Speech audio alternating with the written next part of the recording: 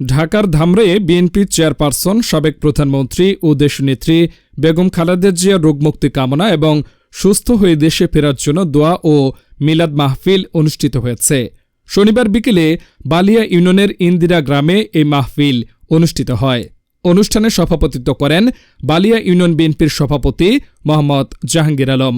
উপস্থিত ছিলেন উপজেলা বিএনপির সিনিয়র সহসভাপতি মোহাম্মদ রকিবুর রহমান খান ফরহাদ, উপজেলা বিএনপির সহসভাপতি শহীদ মাস্টার, ধামরাই থানা যুবদল নেতা সজিবুজ্জামান রুবেল, বীর মুক্তিযোদ্ধা সন্তান প্রজন্ম সংসদের সভাপতি ও ধামরাই উপজেলা যুবদল নেতা মেহেদী হাসান বাদল, বালিয়া ইউনিয়ন পরিষদের প্যানেল চেয়ারম্যান মোহাম্মদ বিপ্লব সরকার সহ বিএনপি ও সহযোগী সংগঠনের নেতাকর্মীরা।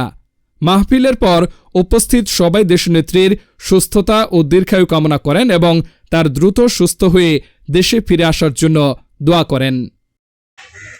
সেই সময় তিনি দলের দায়িত্ব পালন করেন। ৯টি বছর মুক্তি কামনা করে সকলকে ধন্যবাদ দিয়ে আমার বক্তব্য শেষ করছি। ধন্যবাদ সবাইকে। আজকে যেহেতু এখানে লোক সমাগম সবই এই ওয়ার্ডেরই লোকজন এখানে বেশিরভাগ, আমরা 5 তারিখে কৃষক আমাদের ভোটের অধিকার, ভাতের অধিকার ফিরিয়ে দিতে পারে, আমাদের ভোট যেন কেউ চুরি করে আর নিয়ে যেতে না পারে। আমি আরো বলতে চাই, আমরা যেন বিগত সরকারের মতো স্বৈরাচারী হয়ে না উঠি। আমরা সাধারণ মানুষের রাজনীতি করে সাধারণ মানুষের ভালোবাসা নিয়ে যেন রাজনীতি করতে পারি।